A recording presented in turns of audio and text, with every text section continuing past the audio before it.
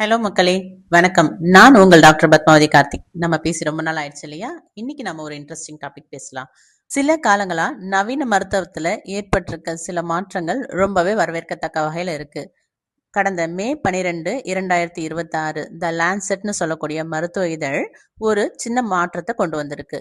PCOS அப்படின்னு சொல்லக்கூடிய polycystic ovarian syndrome அப்படின்ற பெயரை இப்பொழுது PMOS அப்படின்னு மாற்றியிருக்கு. அதாவது பாலி எண்டோக்ரைன் மெட்டபாலிக் ஓவேரியன் சிண்ட்ரோம்னு மாற்றியிருக்கு.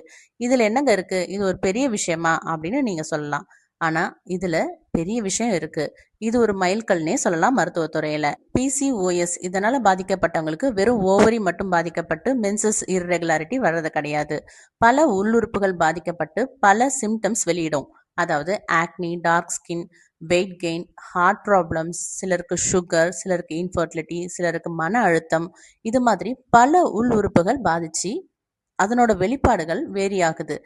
இதை எப்படி ட்ரீட் பண்ணணும் அப்படின்னு சொல்லி இப்ப இருக்கிற மருத்துவ உலகம் ஏற்றிருக்கு அப்படின்னா, பர்சனலைஸ்டு அண்ட் ஹோலிஸ்டிக் ட்ரீட்மெண்ட்டா பண்ணும் பொழுதுதான் இந்த பிரச்சனைகளுக்கு ஒரு சொல்யூஷன் கிடைக்கும் அப்படின்ற விஷயத்த ஏத்திருக்கு.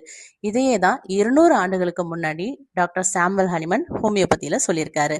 இதை தான் இப்பயும் நாங்களும் ஃபாலோ பண்றோம். உங்களை சார்ந்த யாருக்காவது PMOS-ஆல பாதிக்கப்பட்டிருந்தாங்க அப்படின்னாக்கா, புன்னகை ஹோமியோ கேரை கான்டாக்ட் பண்ணுங்க. நாங்க உங்களை அதுல இருந்து வெளியில கொண்டு வரோம். இன்னும் இதை பத்தி ஃபுல் டீடைல் தெரிஞ்சுக்கணும்னாக்கா, என்னோட பாட்காஸ்ட்டை ஃபர்ஸ்ட் கமெண்ட்ல டேக் பண்ணியிருக்கேன். கட்டாயம் ஃபாலோ பண்ணுங்க.